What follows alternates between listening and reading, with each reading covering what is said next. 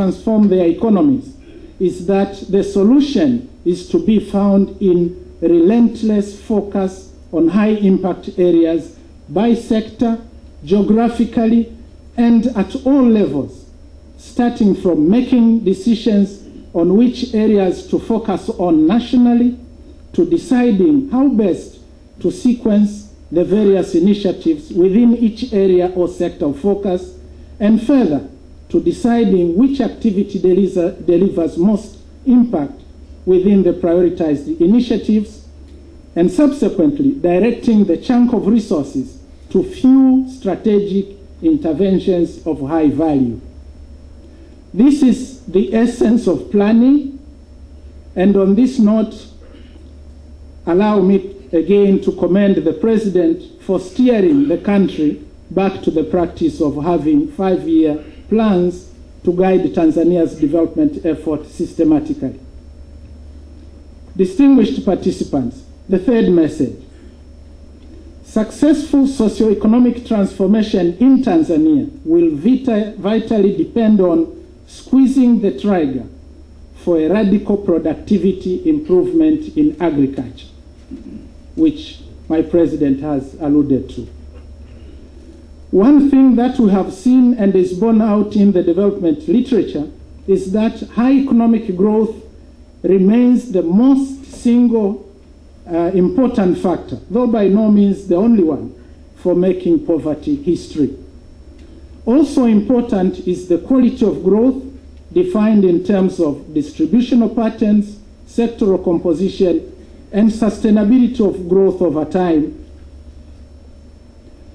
And conventional wisdom has it that growth in sectors of the economy where the poor are concentrated will have a greater impact on reducing poverty than growth in other sectors.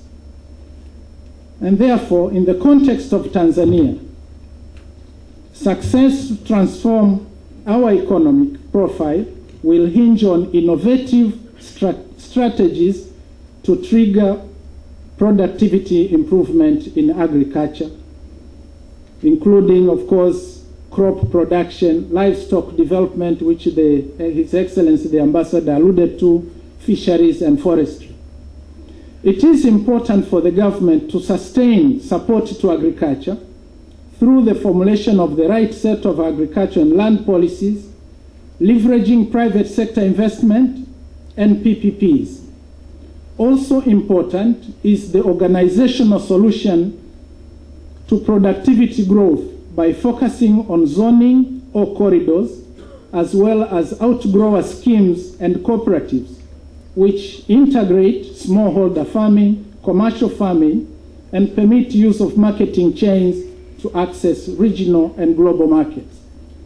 Focus will have to be placed on ensuring land availability for large-scale investment in agriculture and agroforest and agro-industry, production of food grains, high-value crops, increased use of improved seeds, fertilizers, and other agro-inputs, as well as irrigation, agro-processing, and emphasis on quality standards, as well as market intelligence. Excellencies, the fourth message. Success to transform the Tanzanian economy will depend on our industrialization strategies. And typically, the experience from East Asian countries as well as Brazil, they do show that homegrown, export-oriented industrialization led by the private entrepreneurs opens up broad opportunities for sustainable growth. And in this context, it would seem most logical that Tanzania embarks on industrial development on the basis of specific industries and sectors where Tanzania has latent comparative advantages, and beginning with those where we have ample availability of raw materials. We have also to promote industry clustering through special economic zones to produce electronic and electrical goods, as well as other manufactured goods that are in high demand within the region. So in addition to agro-processing, the main industries to be targeted should include power generation plants, of course, tapping the natural gas, water, coal, solar energy, biomass, and so on. Large-scale fertilizer and cement factories, iron and steel plants, integrated textile industries, sugar factories, meat and fish processing, as well as mining. Dear participants, drawing lessons from Southeast Asia, it seems to me that a key strategy for Tanzania will have to include industry clustering, but this has to be preceded by a frontal attack on business unfriendly and inefficient practices and cultures, minimizing frequency and intensity of policy reversals, reviewing labor laws for flexibility, securing land for mass production activities, improving logistics and supply chains for intermediate inputs, and upgrading infrastructure.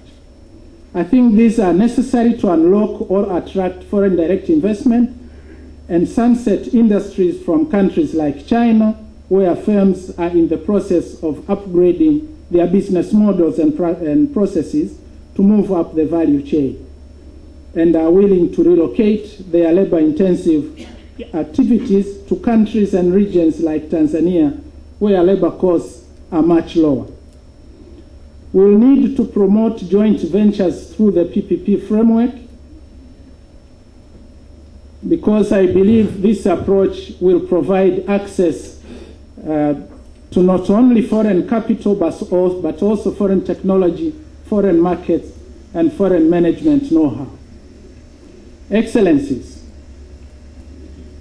the fifth message is that a strong developmental state is imperative for successful socioeconomic transformation in Tanzania, particularly in terms of maintaining consistent focus on long-term national aspirations, undertaking smart interventions in areas that are not sexy to the private sector, and leveraging private sector investment and forging joint ventures.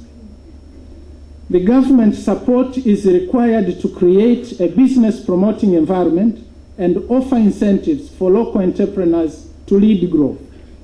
And one of the key elements in the successful socio-economic transformation of the countries that we looked at has been the central and strategic role of the state in economic growth and transformation. The respective states were able to govern and guide development with a decisive ideological orientation, effective institutions and policies underpinned by adequate bureaucratic and organizational capacity and political will. Optimal policy measures related to economic growth as well as socioeconomic matters were fast-tracked, and a lot of effort went into nurturing, encouraging, and facilitating private sector participation. The pursuit and maintenance of macroeconomic stability, suitable growth in productivity, and significant investment in technology, and continued investments in human resource development were some of the common strategies that seem to have borne significant positive results. Ladies and gentlemen, message number 6.